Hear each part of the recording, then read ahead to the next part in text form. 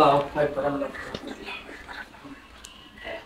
বাবা বাবা আমার টাকা লাগবে 50,000 টাকা দাও।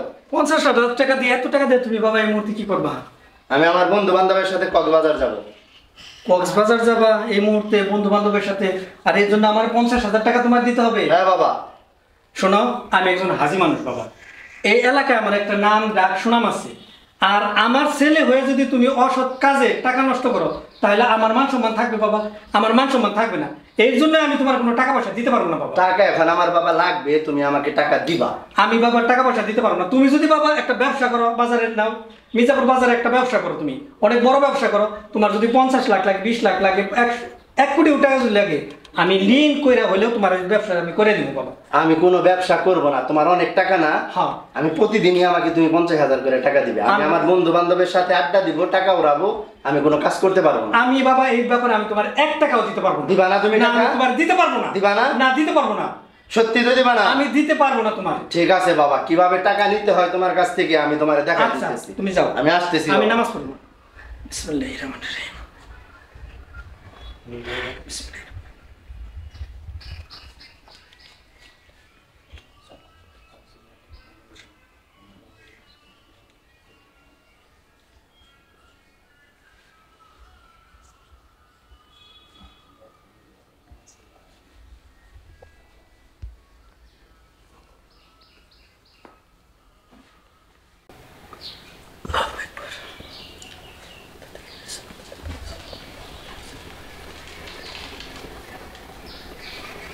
নামাজটা শেষ হোক।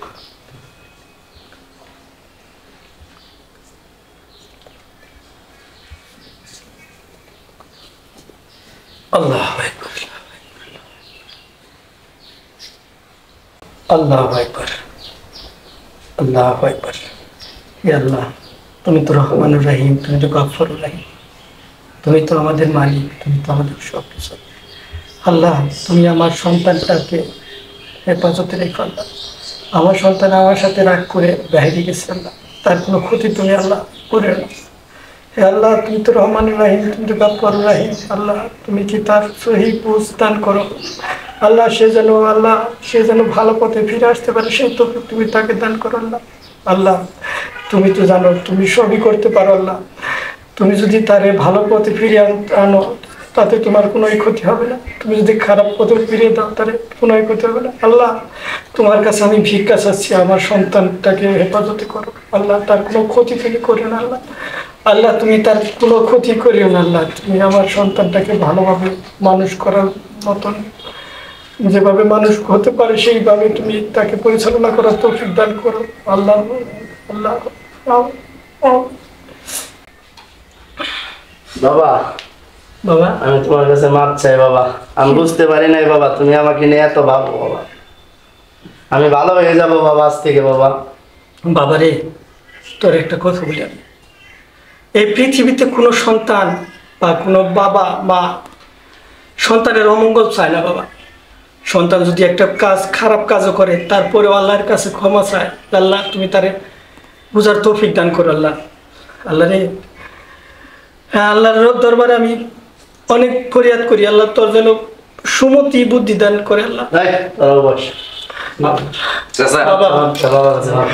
শোনো, তোমাদের তো বাবা আছে, তোমাদেরও তো সন্তান হবে। আজকে আমার মতো যদি তোমরা খারাপ ব্যবহার করতে, আমার সাথে যদি যেরকম খারাপ ব্যবহার করে গেছো, এরকম খারাপ ব্যবহার যদি তোমাদের সন্তানটা করে, তোমাদের কেমন লাগবে বাবা? ভালো লাগবো বাবা রে।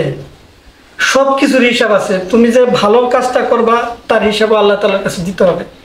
তুমি যে খারাপ কাজটা করবা তার জন্য তোমাকে শাস্তি ভোগ করতে হবে। পৃথিবী ক্ষণস্থায়ী, মাফ করে দেন, আর এরকম হবে না। বাবা, তুমি খালি দিলে আমাদের সবাইকে মাফ করে দাও বাবা। আমি যদি মাফ না করতাম তাহলে আল্লাহর দরবারে তোদের জন্য ফরিয়াদ করতাম না। আমি মাফ করছি। কোনো বাবা মাই চায় না যে তার সন্তান অসুখী হোক। বাবারে, ভুল হয়ে গেছে বাবা। ঠিক আছে।